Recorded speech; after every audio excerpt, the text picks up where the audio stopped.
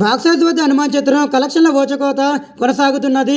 Working day holiday అనే తేడా లేకుండా వసూళ్ల కుండపోత కురుస్తున్నది. సంక్రాంతి సినిమా బరిలో దిగిన ఈ సినిమా మిగతా సినిమాలను పక్కకు నెట్టి రికార్డు స్థాయి కలెక్షన్లను సాధిస్తున్నది. ప్రశాంత్ వర్మ దర్శకత్వంలో కె నిరంజన్ రెడ్డి నిర్మాతగా తేజసజ్జ నటించిన ఈ సినిమా కలెక్షన్ల వివరాలకు వెళితే హనుమాన్ చిత్రం తొలి వారంలో సాధించిన కలెక్షన్లు రికార్డు స్థాయిలో నమోదు అయ్యాయి. ఈ సినిమా తెలుగు రాష్ట్రాల్లో 74 కోట్ల రూపాయలు, హిందీలో 25 కోట్ల రూపాయలు, తమిళంలో 1 కోటి రూపాయలు, కర్ణాటకలో 10 కోట్ల రూపాయలు, మలయాళంలో 2 కోట్ల రూపాయల వరకు వసూలు చేసింది. దాంతో ఈ సినిమా దాదాపు 100 కోట్ల వరకు నికరంగా వసూలు సాధించింది. ఇండియాలో హనుమాన్ చిత్రం 9వ రోజున 15 కోట్ల మేర భారీ వసూళ్లను రాబట్టింది. ఇక 10వ రోజున 18 కోట్ల రూపాయలు, 11వ రోజున 7 కోట్ల రూపాయల వరకు నికరంగా వసూలు చేసింది.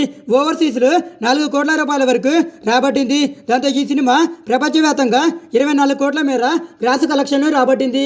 హనుమాన్ సినిమా 12వ రోజు మార్నింగ్ షోకు 25%, మ్యాట్నీకి 35% వరకు ఆక్యుపెన్సీ నమోదు చేసింది. ఫస్ట్ షోకు 40%, సెకండ్ షోకు 42% వరకు ఆక్యుపెన్సీ నమోదు చేసింది. దాంతో ఈ సినిమాకు భారీ వసూలు నమోదు అయ్యాయి. హైదరాబాద్లో 40%, వరంగల్లో 40%, వైజాగ్లో 52%, మహబూబ్ నగర్లో 95%, కాకినాడలో 70% వరకు ఆక్యుపెన్సీ నమోదు అయ్యింది.